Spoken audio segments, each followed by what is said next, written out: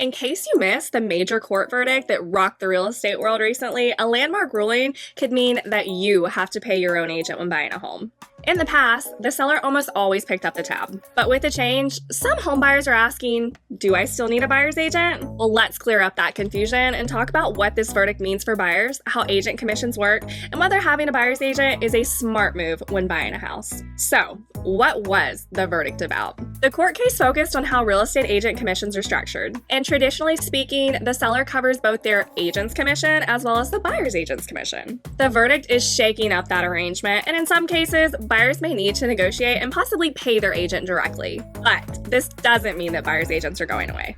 What it does mean is that buyers should be more aware of how their agent is compensated and what value they're getting in return. And here's why buyer's agents matter. Even with the changes, having a buyer's agent can be extremely valuable. Here's what they bring to the table. Market knowledge. A good agent knows the neighborhoods, pricing trends, and what to look for when evaluating a property. Negotiation skills. Your agent can help you write competitive offers, negotiate repairs, and make sure your interests are fully protected.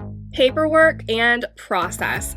Buying a home involves contracts, disclosures, inspections, and deadlines. Your agent keeps everything organized and ensures you don't miss something important. And lastly, representation. Remember, the seller has their own agent that's working for them, not you.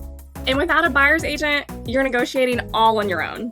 Now, the big concern for many buyers is cost. With the new legal changes, there may be situations where the buyer pays their agent out of their own pocket, especially if the seller doesn't want to cover the commission. Now, not many buyers have an extra few $1,000s just sitting around when they go to buy a house. But in many cases, sellers will still cover the buyer's agent's commission because it helps attract buyers. Also, some agents may be willing to negotiate their fee or agree to only show you houses where the seller is paying their commission. Now, even if you do end up paying, a buyer's agent can often save you money by negotiating a better deal or spotting costly issues before you close.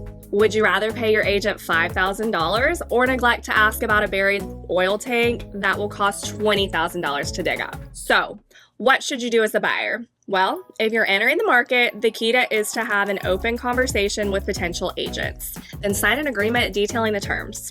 Now, here's a few questions to ask a buyer's agent. 1, how do you get paid? 2, what services do you provide? And 3, if I need to pay part of your commission, what options are available to structure that? This way, you know exactly what you're agreeing to and you can make an informed decision. The recent verdict is changing how commissions are handled, but it does not change the fact that buying a home is one of the biggest financial decisions you're ever going to make. And having an experienced professional on your side can make a huge difference. Trust me, I'd know. A buyer's agent is not just about opening doors. They're there to guide you, protect you, and help make the smartest possible purchase. For more real estate news and mortgage insights, visit mortgageresearch.com.